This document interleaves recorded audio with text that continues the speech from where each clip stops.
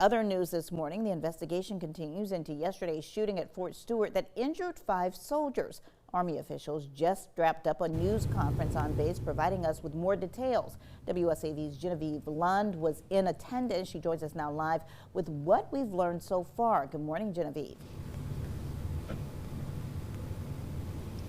Good morning, Kim. I am inside Fort Stewart right now, right outside the brigade headquarters where the shooting took place yesterday. Now, just moments ago, the Secretary of the Army did come by to present medals to the soldiers that subdued the attack and honored the first responders that were also at the scene. So here's what we know so far with new information after that press conference and talking to these soldiers.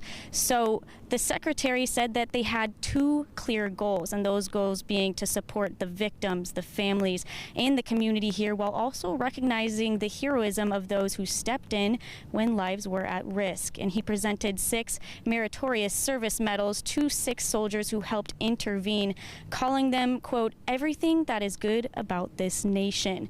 Now, of the 5 that were wounded yesterday, 3 have already been released, and 1 soldier does remain at Memorial Health currently and is facing a longer recovery. But the secretary there says that there is a lot of hope for a full recovery. And currently, the soldiers are spending the day with counselors because of their train overseas and combat practice overseas. This was an attack on their own right here at home, and they want to make sure that these soldiers, the family, and the coastal Georgia community feel comfortable during these next few days. And again, they say that while initially there's not a lot of feelings, they tell me they haven't processed it yet, but they're expecting these next coming months that there will be some more need for these counselors. And as for the investigation with the weapon and how it got through security, currently they're not releasing any more information at this time, but they will be taking more steps in action to make sure that everyone in this community feels more safe,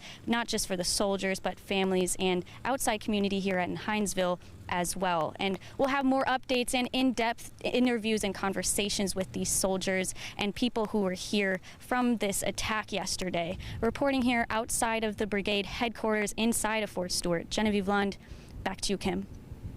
Thank you, Genevieve. Meanwhile, the suspected shooter, 28-year-old Cornelius Radford, remains in custody. This is video of Radford being escorted by military police into the Liberty County Jail last night. NBC's Priya Shadir looks into his background.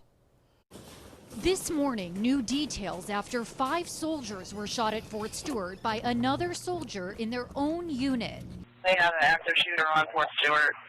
We have identified the alleged shooter as Sergeant Cornelius Radford. The suspect, a 28-year-old from Jacksonville, Florida. Radford has never been on a combat deployment and used a personal handgun to open fire, according to military officials. The commanding general of the 3rd Infantry Division applauding nearby soldiers who tackled him. These soldiers, without a doubt, prevented further casualties. According to Fort Stewart, law enforcement was dispatched shortly before 11 a.m., the base commander issuing a lockdown 8 minutes later. By 11:09, medical personnel were on the way, and at 11:35, the lone shooter was in custody.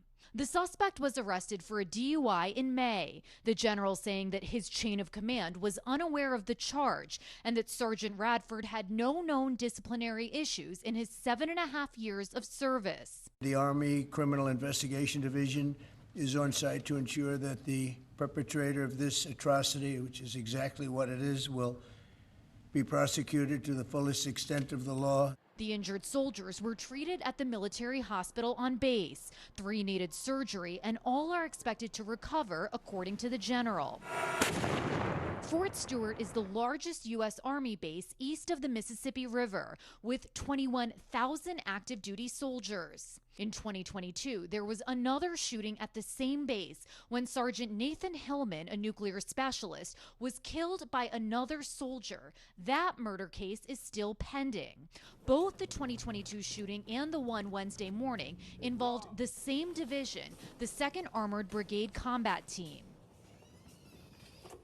That was Priya Sridhar reporting. Officials say Radford has been interviewed by Army investigators and remains in custody. Representative Al Williams of District 168, that includes Hinesville, sent us this statement. In part, it says, quote, "I want to assure our community that I have been fully briefed on today's incident at Fort Stewart and am coordinating directly on the ground with stakeholders and families as we respond to this tragedy." He continues, "I commend our law enforcement officers and military personnel for their swift and effective response to protect lives," unquote.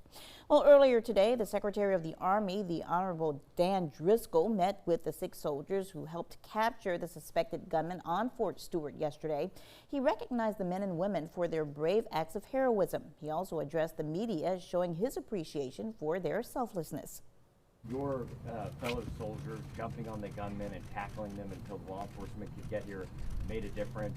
This is one of those instances where you should be incredibly proud to be an American soldier. Our Army is 250 years old, and the relevance of that is that our country is only 249 years old. It's all of you and those of you that came before you that have built this nation. You can stay up to date on any new development in the shooting investigation and see any of yesterday's coverage on our website. Just visit wsav.com/Fort Stewart.